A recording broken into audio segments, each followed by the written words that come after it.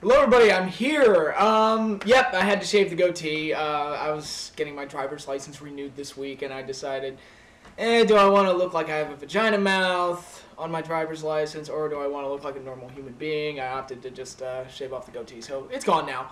I might grow it back. Not that you all care or give a shit, but yeah, I've got a lot of stuff to talk about this week. I do want to start off by talking about my Showcasing the Immortals video series. The first video I posted seemed to be received very well, and I'm glad, because it was something that I kind of cooked. I was like, I need to do another WrestleMania series, because I did rebooking WrestleMania 2 years ago, and a lot of people seem to like that, so I got to do something for Mania, and that was what I came up with. It was originally going to be a 12-part series, and obviously there were 12 different entries of guys that are going to be showcased in this series, but then I thought, you know, that's just, by splitting it into 12, that's only going to encourage procrastination on my part, because I'd be like, I can do part 6 and 7, you know, sometime, or whatever. And given my work schedule and my social life and everything else, it's actually easier to just set aside one night to knock out 3, and then just combine them all into one video, even though the one video is insanely long. And you know, it's so funny, when I started doing YouTube videos almost... God, we're going on 3 years. In July, it'll be 3 years. Jesus Christ. I swore I would never make a video longer than 15 minutes. Yeah, my word ain't worth shit, because I've broken that promise. I took that promise, shattered it into a million pieces, and practically raped it. But, you know, I thought that people would be turned off by the fact that the video is so damn long. But they seem to like it, and I appreciate the support, obviously, and all the compliments. A couple things I do want to note about it. There's going to be 12 guys showcased, like I said. So there's 9 more to look forward to, and it's going to be, you know, over 3 parts. Part 2 will happen sometime later this month, and then the last 2 parts will be done sometime in March. I'm going to space it out a little bit in that way. And I should also note that one of the guys that will not be highlighted is Vince McMahon. Because I thought that would be a little boring. Yes, he created WrestleMania, and yes, he's the grand promoter, and yes, he's had some really good matches at WrestleMania, but I just thought including him would just be a little boring, and I just wanted to, you know, showcase the wrestlers. I felt like I wouldn't have a whole lot to say about Vince through most of his roles at WrestleMania beyond he created it, and he was a commentator for a lot of the early ones, or a ring announcer or something like that. So Vince won't be highlighted. I think that's the one that might shock people. Other than that, I don't think there'll be any like major surprises as far as who gets highlighted and who gets worked with. This is also not a ranking system. Like, I'm not actually ranking the guys. Like, by putting Triple H ahead of Edge, that didn't mean I was saying Triple H was better than Edge and then Savage was better than both of them. That was not...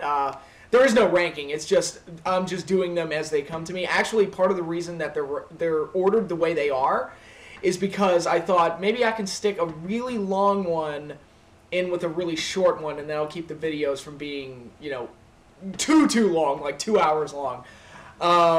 Like, I thought Savage was going to be a shorter one, I figured. And I thought, well, maybe because Triple H is going to be a longer one, maybe I can put them together, and that'll balance out the video a little bit more.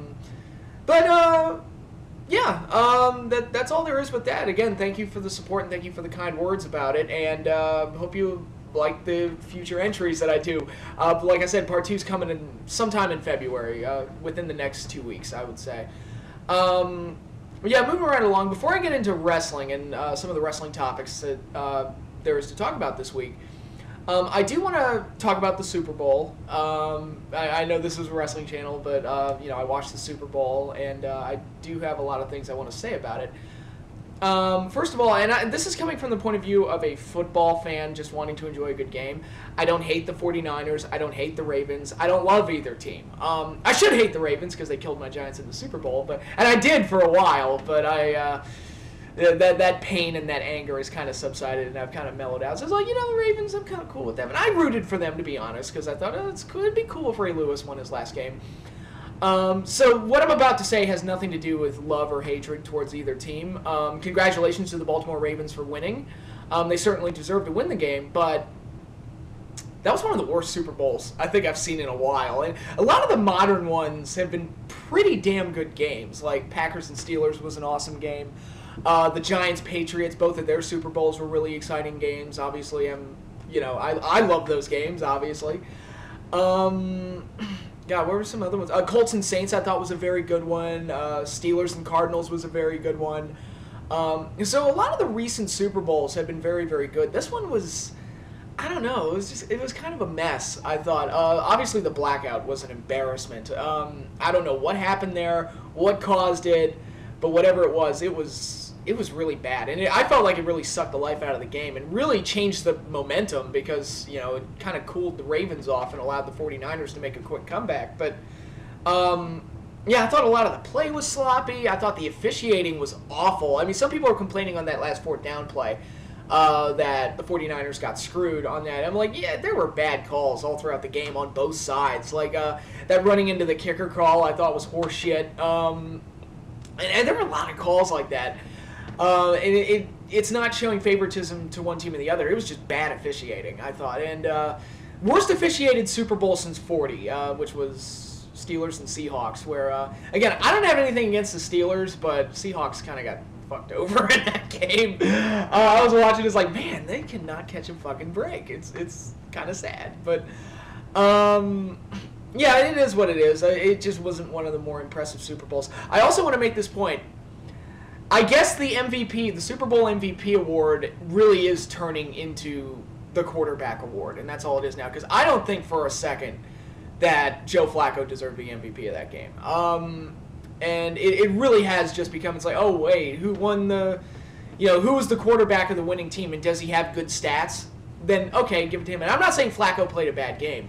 But as far as MVP, I think of the guy that, if you remove him from the equation, they do not win that game. That's what I think should be the MVP. Larry Brown in Super Bowl 30. I hate the Cowboys. I fucking hate the Cowboys with a passion. But Larry Brown absolutely should have been the MVP of that game. And he was, because he got those key interceptions that basically won them the game. You take him out of the equation, the Cowboys do not win that Super Bowl. Well, they might not. I mean, those interceptions were really huge. Last year, Eli Manning, absolutely. He's the MVP. There's nobody else that even comes to mind. 42, Eli, did he deserve it that time? I don't know. It's kind of... the only reason I would say yes is because you can't give the MVP award to the Giants' entire front seven of their defense. That's like the way it's like, well, I would give it to the front seven, but can you really do that? So, but yeah, yes, Flacco had a good game. He had a good half.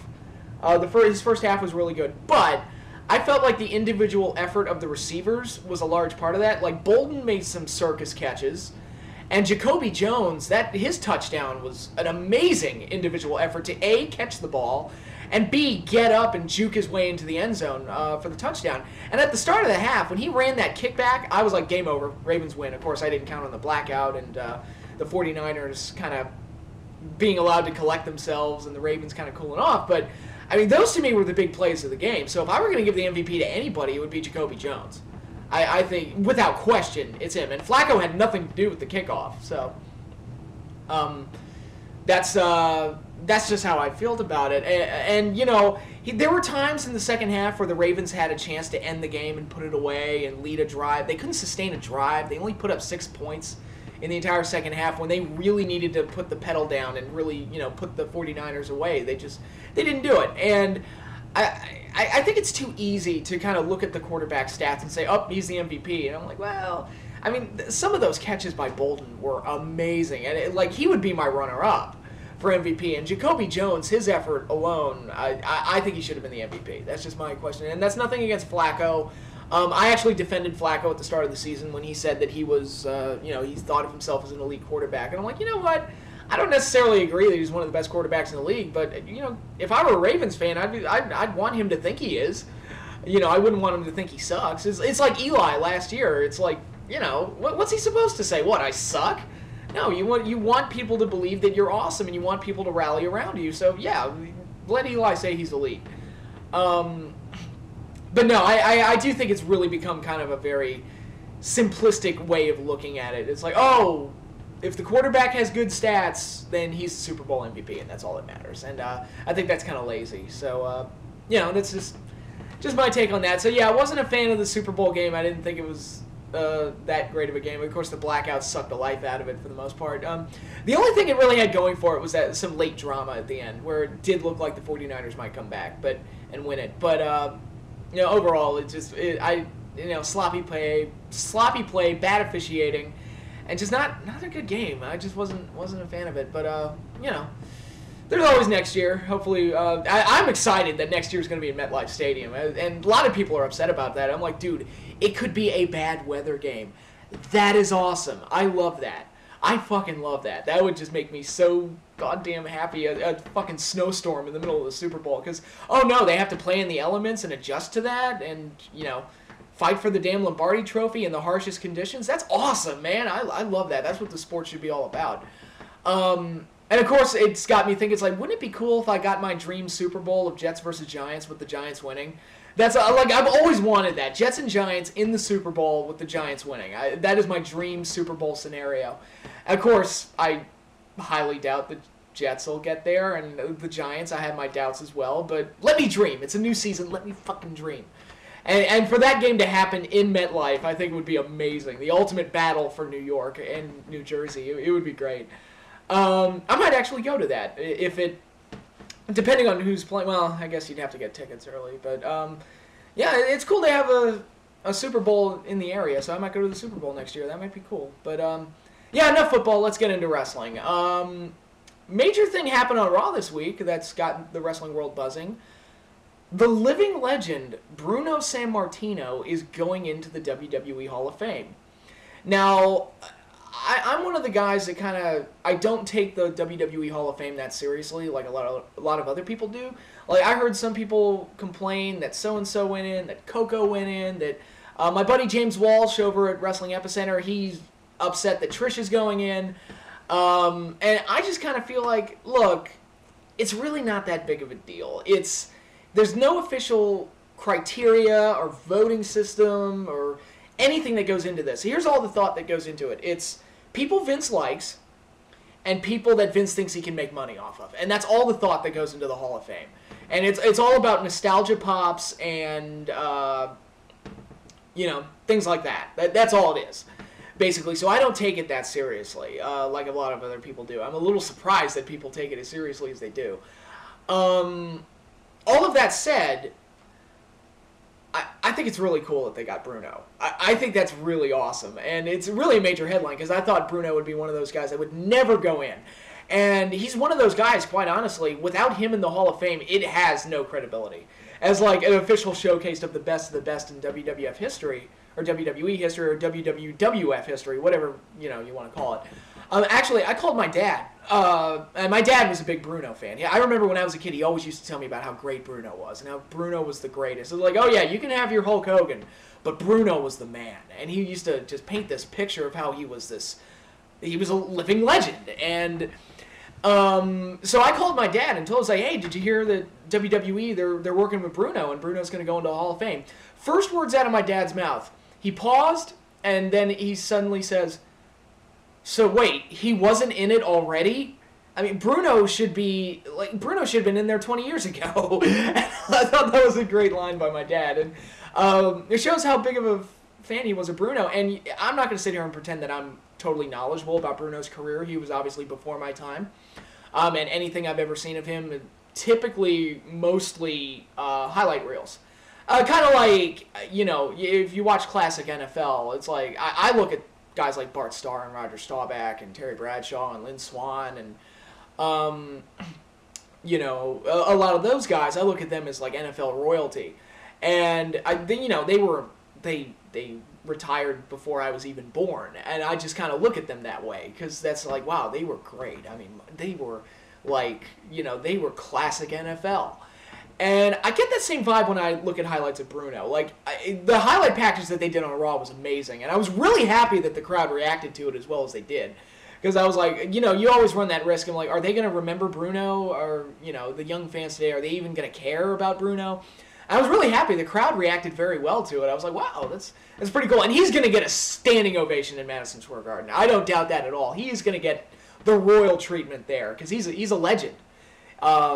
In Madison Square Garden's history, and I think he's going to get royal treatment. But You look at that highlight package and you can just see what made him special. It just radiates off the screen and just, infects me. I just look at it, I didn't have to be there to know how great he was. And that's the magic of somebody like a Bruno Sammartino. And like all the NFL players that I mentioned, it's like you don't even need to explain to me why he was great. I can just see it for myself. And that's the greatness of someone like Bruno Sammartino. And I think WWE bringing him in and doing the Hall of Fame, and maybe, using him for DVDs or something like that. I'd love a Bruno DVD. I think that'd be really, really cool. Because, again, it's people that Vince likes and people that Vince can make money off of. I would pick up a Bruno DVD in a heartbeat because I would just love to watch stuff from that era. Because the pre-'80s era of wrestling is just fascinating to me. It just looks like a completely different time. And, again, it has that grainy footage. It's very classic looking. And it just looks awesome. And I would love a Bruno DVD of some kind. So, yeah, I think it's really cool that they got Bruno, and this is the first time, possibly ever, that they've made an announcement about the Hall of Fame where I'm like, whoa, you got a big one. I was like, wow, that's really cool. And, they've got my attention, I'll say that. And I do think that's a major pickup. Triple H apparently was the one that made it happen, which, if that's the case, thank you, Triple H. That's a really, really cool. Really, really cool. And I think that's a nice treat, if nothing else. It doesn't necessarily make me think any higher of the Hall of Fame or the entire process of the WWE Hall of Fame, but it is a really cool attraction. So, kudos. I think that's really awesome. Now, we move on to that, to me bashing the WWE for something, and it really makes me sad to talk about this. It really does. A few months ago, we were all excited about the tag team division and how great it was looking. And how it's like, oh my God, they've got teams, they've got depth, they're able to do 4-way tag matches, and it feels awesome. They're able to do contenders matches. They're able to do feuds that don't involve the titles. They're able to do all these things. And the pieces look like they were putting the foundation down to building a really solid tag team division. They weren't there yet. I think they needed some better teams, but overall, they had bodies, they had matches that made sense, they had some interesting pairings, and overall, they were taking baby steps in the right direction to building a solid tag team division once again. That's pretty much down the crapper now. And like I said, I think Team Hell No, they're running with that act. But once that's over, I feel like it's going to be done. I that's kind of all they have. And obviously they're setting up a split between the two. I mean, you look at the division and look at what they've done. Primetime players. I'm not a fan of those guys personally. I think at best they are marginal. At best. And I think I'm being kind by saying that as far as work rate goes. But they're a team, and you can put those bodies in the division to fill it out and give it depth and give them something to do. I think they're missing something without AW, but overall, I mean, they could work in the tag division. They're pretty much just jobbers now. The three-man band, they're entertaining. I think they're funny. They're just jobbers, comedy jobbers. Primo and Epico, I think Rosa Mendez is hot as hell. One of the hottest girls on the roster, truthfully. But, they're not doing anything. They're pretty much just jobbers at this point. Rey Mysterio and Sin Cara. I don't know who Rey Mysterio pissed off, but it seems like they don't want to showcase him as highly as they used to. Alberto's, kind of the Mexican Hispanic hero now.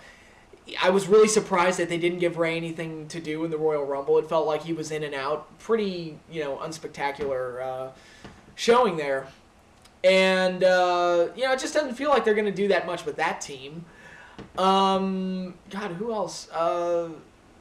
Yeah, and it feels like Team Hell No's beat everybody. Oh, the Usos had that great performance in that 4-way match that I put over a few months ago on an episode of Raw, and they haven't done anything. I don't think they've been on Raw since. If they have, it hasn't been significant enough for me to say anything. And now they're starting to split up teams. My favorite team in the division, Team Rhodes Scholars, they split them up. Why? I like them. I like Cody, and I like Sandow, and it was getting them on TV every week, and they were getting over, and they were funny, and they were entertaining, and they were having good matches. Why split that up? Why is it every time Cody Rhodes has something good going for them, do they pull the rug out from under him? I don't understand. Like, Legacy. Legacy should have led to him becoming like the next Randy Orton, like what Evolution was to Randy Orton. Didn't happen. They fucked them over because, when the heel faction is led by Triple H, they have to be this dominant force that's unbeatable. But when Triple H is going against the heel faction, they have to be Bebop and Rocksteady and get their asses kicked all the time. So I don't make the rules. That's just how it works. And then his Intercontinental title reign, which I praised heading into WrestleMania last year. But no, Big Show had to have a WrestleMania moment. That just had to happen. And that got fucked over. And then he lost the title to Christian for no reason. I was like, whoa, that was your grand plan for the Intercontinental title. I'm glad you did that. That was totally a worthwhile endeavor. And, it's not like you could have kept Cody going as a long-term heel and eventually had him drop the title to Ryback to build up Ryback. No. We can't do that. We just gotta, and they're fucking over Ryback too. It's like, I don't even like Ryback, and I come up with better ideas for him than they do. How sad is that? And I am not that smart. I am average as average gets, and I come up with better ideas for their characters than they do. It's unbelievable to me. But, yeah, Cody, here we go again. Team Rhodes Scholars, they get over, they're great, they're good, they're wonderful. We got to split them up for no reason. And I can't think of any good reason to do it at this point. Cody's just going to get lost in the shuffle again. Sandow's already lost in the shuffle. He hasn't been on Raw the last 2 weeks, I think, and it feels like, well, they don't have a plan for him. Like, the team was the plan, and now they kind of threw that out the window, and now there's nothing. I know there's talks of a Cody Goldust match at WrestleMania, but I'm thinking, why not do Sandow and Cody versus Goldust and Booker T and bring that team back and make it like a cool little thing. Like, keep Sandow in the process, because I think his promos would really add a lot to anything that they do. Not that Cody's bad on the mic, but I think Sandow brings a lot to the table, and I mean he's a guy that should get mic time on Raw every week. And the team was kind of the platform for doing that, but now they split the team up, so it's right back to square one with everybody. And again, it's another team taken away from the tag team division that you were building up so well, and then you kind of flushed it down the drain. And at this point, who's Team Hell No going to work with to drop the titles to? The Shield. That's really all there is. Who else are they going to drop the belts to at this point? I mean, because they've jobbed out everybody else. There's talks of a Tensai Brodus Clay team, which that would be awful. I mean, nobody wants them to be tag champions. That would be terrible. And there's nothing. It's like they literally have to drop the belts to the Shield, and so that they can do the Team Hell No split, and Team Hell No will be done because Kane and Daniel Bryan have to feud.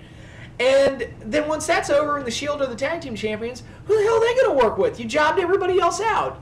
They had it. They had it. They had the building blocks and the foundation for a good tag division, and they just ruined it. Why do they take away things that I like? Why do they take the things that I love and I like, and they just kill it and crush it and ruin it? I like tag team wrestling. Why can't I just have it? Why can't I just have it and enjoy it? I don't understand why they do this to me. Giving me false hope like that. You're so cruel. That is so cruel and not nice at all whatsoever. But you gave us Bruno, so I'll forgive you. But, yeah, that's all for the WWE news this week. I'm kind of done. I just wanted to get that rant out there because it's really kind of... It's like, well, we're right back to where we were before. Oh, well. Not quite. We're not quite back to where we were before, but we're getting there. Once Team Hell No splits up, I think that'll be the end of the, whatever tag team renaissance we thought was going to happen. But, so yeah, there's that. And then, obviously, I want to talk about TNA and TNA's major announcement that they're going to go on the road with Impact. Maybe this is why they dropped all those pay-per-views, because, it'll save costs without spending the money on pay-per-views. Now they can have that money to go take Impact on the road. I don't know. Personally, I think that's great. I was beyond sick of the Impact Zone, and that's putting it very mildly. I was beyond sick of it, and I think the change of venue from week to week will actually freshen things up a bit. I think it'll make the product more exciting. I think you're seeing it right now with the UK shows. The UK shows aren't the most fantastic shows in the world. It's not anything cutting edge or unique. It's just, hey, they're being showcased in front of a lively crowd, a different audience that actually appreciates what they're doing because they don't see it every week. And it comes across so much better on TV. And it's one of the reasons that Raw kind of gets away with a lot of things that they do, because they are in front of a different audience every week with different reactions, and, you know, nothing's guaranteed. As opposed to the Impact Zone, it's the same, you know, 900 to 1,000 people every single show. And, you know, they get to a point where they stop caring. And, you know, you almost can't blame them, because it's like, well, you know, I mean, they've been there since '04. I mean, Jesus Christ. But yeah, I think that's really good news for TNA. I think that should help liven up Impact, if nothing else, and make it feel like a more big-time show. Just having a different audience every week, different venue, and hopefully they're able to fill some solid venues, and because it does help the show look more high-class and less, you know, minor league, which is what the Impact Zone looks like. It looks minor league by comparison to the WWE. So, yeah, that's all there is. Hope I didn't bore anybody with my ramblings, and but that's all I got for now. Stay on the lookout for showcasing the Immortals Part 2. That'll be coming in the next couple of weeks. And I will have another video for you sometime next week. If not, you know, hope you all enjoy your Valentine's Day. I know I will. I've got great plans lined up for it. It's going to be fun. And peace out, everybody.